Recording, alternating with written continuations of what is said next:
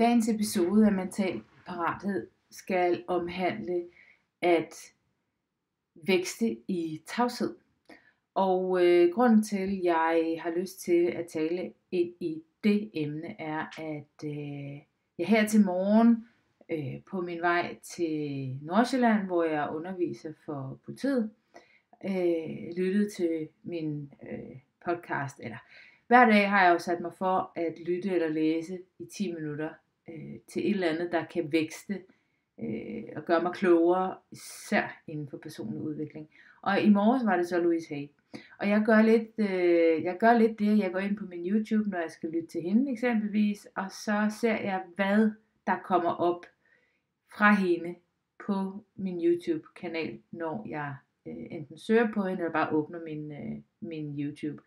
Og så sætter jeg den på. Og det er ikke altid, selvfølgelig er der en overskrift, og jeg kan jo søge specifikt om et eller andet emne, jeg gerne vil dykke ned i. Men jeg er også begyndt at læne mig ind i tilliden til, at hvis jeg skal have et eller andet budskab, så skal jeg nok finde ud af det, når jeg lytter til hende, eller i en af hendes sindssygt gode optagelser. Og det var ikke anderledes i morges, end som så mange andre gange. Jeg havde brug for at høre det, hun sagde på den optagelse på YouTube. Og det var, at nogle gange, så vækster vi bedre i stilhed. Vi skal huske at tanke os selv op, frem for hele tiden at råbe højt om alle vores resultater, og hvad vi gør, og hvad vi når, osv.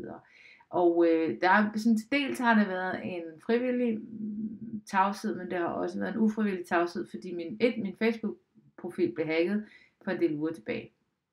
Og nu er jeg er ikke dum, eller jeg er ikke tabt bag en vogn til det tekniske, men jeg er absolut heller ikke knivskarp. Så det vil sige, det har været en lille udfordring at få den op at køre igen, og det har jeg så ikke kunne lade sig gøre. Så jeg måtte åbne en ny, hvor jeg også blev bandet, fordi jeg brugte den samme mailadresse, men nu virker det. Og så har jeg haft Instagram, og jeg har haft LinkedIn at arbejde på som platform, og jeg er lidt der nu, hvor jeg har brug for at føle mig inspireret til at lave et opslag. Jeg ved godt, at man skal have et vist flow, og der er noget, der hedder algoritmen, og der er jo 7.000 forskellige holdninger til, hvordan du bedst sådan præsenterer dig selv, specielt når du arbejder med online, og den måde, du sådan hele tiden skal brande dig på, med du skal sende så mange ud med et billede af dig selv i ansigtet, fordi så vil Facebook synes, det er super godt, og du genererer leads, og jeg ved ikke hvad. Og det er en videnskab, og folk er smadret dygtige. Det skal også bare i min optik føles godt for mig. Og det må jeg blankt erkende, det har været en kæmpe stress faktor for mig, at jeg skulle poste så meget, fordi jeg kan godt lægge nogen i pulje og tale ind i et vist område, og jeg elsker jo for eksempel en posteren, ikke at have den, men hvor interessant den er, hvor godt vi selv kan flytte den med vores tanker, og hvad vi kan gøre for at ændre på det, og ændre vaner osv. Men jeg er stadig nødsaget til at føle mig, inspireret til at skrive noget, for ellers så bliver det sådan per automatik, og så er jeg ikke autentisk. Og når jeg så har for meget op i hovedet med huse, der skal laves, eller arbejde, eller teknik, der ikke fungerer, altså så står jeg lidt af, og så sker der også bare rigtig meget derhjemme, og det har været påske, og der har været håndboldkop, og der har været alt muligt fedt, men det tager bare også noget energi. Og nogle gange så er det også bare vigtigt at være okay med at trække stikket og ikke lave noget som helst. Nu kan det føles en smule sjovt, at jeg siger det, fordi det er noget af det, jeg har svært ved. Men derhjemme får jeg tit at vide, eller vi siger tit, 1 eller 2 ting, der har gjort det bedre end 0. Og vi skal have fokus på det, som vi rent faktisk gør. Det er jo også selv det, jeg siger, også i min taknemmelighedsdagbog, eller når jeg gør mig de tanker om morgenen. Hvad er det, jeg egentlig rent faktisk har gjort, og skal have fokus på det positive. Men det kan da jo være svært, når tingene går stærkt, og man har plus hvad kan man sige, tanker og ting kørende i øverste etage. Og der er det især vigtigt at tappe ud og skabe sig egen tid for at kunne generere energi igen. Vi er nødt til at være fyldt op selv, fordi vi kan ikke være noget for andre, hvis ikke vi er noget for os selv. Og vi behøver ikke hele tiden at råbe højt med alle de resultater, vi laver. Vi er nødt til at stole på, at det vi gør, det er godt nok. Og vi er nødt til som mennesker at have tillid til, at vi... Det kan godt være, at og for mit eget vedkommende har jeg følt, at der ikke er sket en skid med firmaet de sidste 3 uger, fordi der har handlet om alt muligt andet, som også er godt, men jeg har været en smule frustreret over, at jeg ikke føler, at jeg rykker mig. Men her i morges, da jeg så lyttede til Louise Hay, den podcast, og jeg kommer tilbage, hvor fantastisk det er egentlig bare at trykke play, og lytte til det, der nu popper op. Men det er ikke... Jeg gør noget hver dag. Det kan godt være, at jeg ikke gør så meget, men jeg gør noget hver dag. Og den her vedholdenhed, det er faktisk det, der skaber et resultat. Og hun taler også rigtig meget ind i, at et med at sammenligne os med andre, fordi der er ikke 2 blomster, der vokser ens. Og jeg kan godt mærke, at i perioder, hvor jeg har rigtig meget på tallerkenen, at jeg kommer til at læne mig ind i, eller ikke læne mig ind i, men jeg kommer til at sammenligne mig med andre og sige, hvad er det, de gør, som jeg ikke gør. Men jeg gør rigtig meget. Jeg behøver ikke råbe højt, fordi jeg ved, at jeg rykker mig hver eneste dag. Og det var ret fedt lige at få den reminder i morges på den podcast, at jeg skulle flytte fokus. For jeg har som alle andre også brug for at blive korrigeret. Og det har jeg jo altså hver dag og jævnligt. Men det der er i bevidstheden, det er, at man kan forandres. Og hvis ikke vi kan kigge indad og ligesom være opmærksom på, hvad føler jeg i den her situation? Er det noget, jeg overhovedet har lyst til?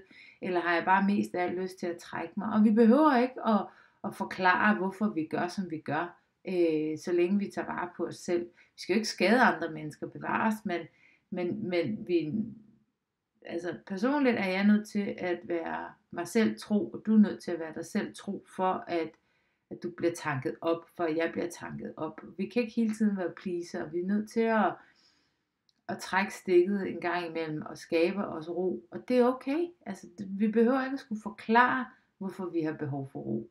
Altså, jeg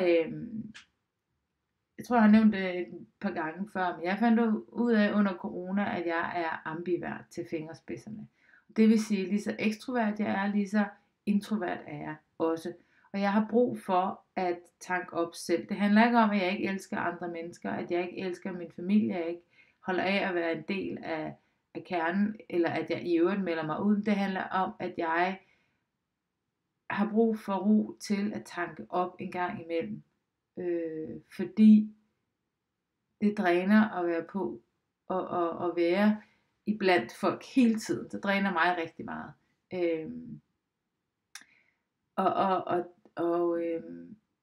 Og det er vigtigt, at mine omgivelser ved, at det ikke det er ikke et fravalg af dem, men det er et tilvalg af mig, men af kærlighed til mine omgivelser. Det kan godt lyde lidt skørt, men sådan er det bare. Det har jeg fundet ud af. Og nogle gange så føler jeg lidt, at jeg skal forklare, hvorfor jeg har brug for det til mine omgivelser. Min familie ved det, altså den nære familie ved godt nu, at det er sådan, det forholder sig. Men det kan godt være, at andre tænker, hvor hun underlig. Men dem om det. Altså, den næste måde, altså den her pause er enormt vigtig at tage. Om det så handler om, at man sidder i bilen i 5 minutter, inden man går ind til børn og hund, og hvad det kan handle om, eller om det er, at man går en tur, uden egentlig at gøre andet end bare gå og lytte og dufte og se, altså få alle sanser i spil, eller om det handler om, at man sidder på en trappe og kigger ud i luften. Det er individuelt, hvad man har behov for. Det er bare vigtigt at huske, at stilhed og at vækst i stilhed er meget mere powerfult end hele tiden at gå og skulle have anerkendelse og bevise ens værd, fordi vi har ikke behov for, vi skal ikke have andres anerkendelse for, at vi er gode nok. Fordi vi er gode nok. Det er enormt svært at lære at tro på, hvis man som jeg for eksempel altid har været en pleaser, og skulle, hvad kan man sige, har søgt anerkendelse kvæg mine handlinger. Altså, så er det sgu svært i en sen alder lige pludselig at begynde at finde ud af, at jeg faktisk er ret god, og ikke behøver andres anerkendelse. Og jeg har stadig brug for lige at minde mig selv om, at jeg godt kan, og jeg er okay. Og det jeg gør, det er fint. Jeg stoler på, at den vej jeg har valgt, det føles rigtigt for mig, at det går jeg med. Det er min intuition, og der er udfordringer, og det vækster mig jo. Jeg siger ikke, at det er sjovt, men det vækster mig. Og det tror jeg bare er vigtigt, at vi husker på, at hvis vi skal være autentiske, hvis vi skal skabe os et dejligt liv, så er vi nødt til at træffe nogle valg for os selv, og ikke hvad andre tænker, synes, mener, eller lignende. Altså vi er nødt til at handle for os selv, og det kan sgu godt være svært, fordi der er nogen, der smutter i svinget, men så er der andre, der kommer til. Og så må jeg begyndte at tro rigtig meget på, at jeg bliver forberedt i universet. Hvis mine resultater udebliver, eller det gør de jo ikke, men der sker rigtig meget i kulissen. Jeg ser det bare ikke i situationen, men jeg kan se det efterfølgende. Der er en grund til, at min opfattelse og min holdning, at ting sker. I situationen, jeg har sagt det før, det kan godt være, at resultatet eller svaret ikke ligger i selve situationen. Hvorfor skal jeg udfordres på den her måde? Hvorfor skal jeg hele tiden testes på det tekniske? Hvad er det, der ligger i det? Jeg behøver ikke at søge svaret, fordi det er bare spild af min tid, for jeg får det ikke. Jo mere jeg søger, jo mindre finder jeg svaret. Men jeg skal være i det, jeg skal være i noget, jeg skal acceptere, okay, sådan er det, Facebook har været lukket ned i noget tid, hvordan kan jeg løse det? Og så bare hvile i, at lige nu, uanset hvad jeg gør, så kan jeg ikke være aktiv på Facebook. Måske er det i virkeligheden meget rart, fordi det tager noget af den der, jeg skal hele tiden performe, jeg skal hele tiden vise, at jeg laver noget, jeg skal hele tiden komme med nogle resultater. Det tager rigtig meget stress af, og det har jeg kunne mærke. Så det er faktisk derfor måske, at jeg lige skulle igennem den her boykot fra Facebooks side. Så der er en mening med galskaben. Og jeg tror også på, at jo mere vi kan arbejde i kulissen og hvile i, at okay, jeg har ikke fået lavet så mange opslag, jeg ville i påsken. Det talte jeg med min kæreste om her forleden dag, at jeg føler faktisk, at jeg ikke spildt mine dage bevares, fordi der har været sindssygt mange fede ting i påsken for mig. Men jeg har ikke opnået det, jeg havde sat mig for med mit arbejde. Og det sker faktisk rigtig tit, og jeg er også tidsoptimist. Så jeg skal måske begynde at kigge ind her og så sige, okay, bedre struktur, og måske mindre jagt på, at jeg skal skabe så også mange resultater. Altså mindre i den maskuline energi, og mere i den feminine, og så være fokuseret på det, jeg rent faktisk gør. Fuldstændig det, som jeg også siger til mine klienter, have fokus på det, du rent faktisk får gjort, frem for alt det, du ikke får gjort. Og så vender jeg lige tilbage til det med Louise Hay i forhold til hendes podcast. Og det er, at jeg ser flere og flere gange, at når jeg bare trykker play i forhold til, at jeg har valgt at lytte til en podcast nu og her, jamen så kommer der et vigtigt budskab op i den podcast. Og det kan godt være, at emnet er noget helt andet, end det jeg egentlig havde sat mig for, at jeg ville høre om. Men det er ret sjovt, og jeg vil faktisk gerne opfordre dig til at prøve nu at være okay med at tanke op, tage dig tid, og når du så gør nogle ting, om du vælger at lytte til en podcast, vælger at lytte til en bog, så vær åben i forhold til, hvad der kommer ind af hvad kan man sige, af viden, hvad der ligger i de budskaber. Prøv at være lidt mere nysgerrig på, der hvor du er, hvad er nuet, og hvad kommer til dig fra omgivelserne. Hvad sker der? Lad være med at jagte et svar, men prøv at være i nuet og have tillid til, at lige der hvor du er, lige der hvor du står, lige det der sker i dit liv lige nu, det sker af en grund, og svaret skal nok tilgå, Men lyt til det, livet giver dig af information. Enten ved det du ser, det du hører, det du dufter, det du står i, det du søger af info i forhold til. Så det synes jeg virker rigtig meget, fordi jeg havde brug for at lytte til Louise Hayes podcast, lige præcis den i dag, hvor det her med at arbejde i stilhed, at jeg hele tiden gør noget, selvom jeg ikke gør det, jeg gerne ville have haft gjort, jamen så gør jeg rent faktisk noget. Så den der vedholdenhed med hver dag gør noget, den arbejder endnu bedre end hele tiden at skulle hype, og hele tiden skulle, jeg behøver ikke at arbejde i larm, altså gøre larm, hvad hedder sådan noget, loudness. Jeg må godt arbejde i stilhed. Så det var egentlig det, jeg har lyst til at tale lidt ind i dag i min podcast.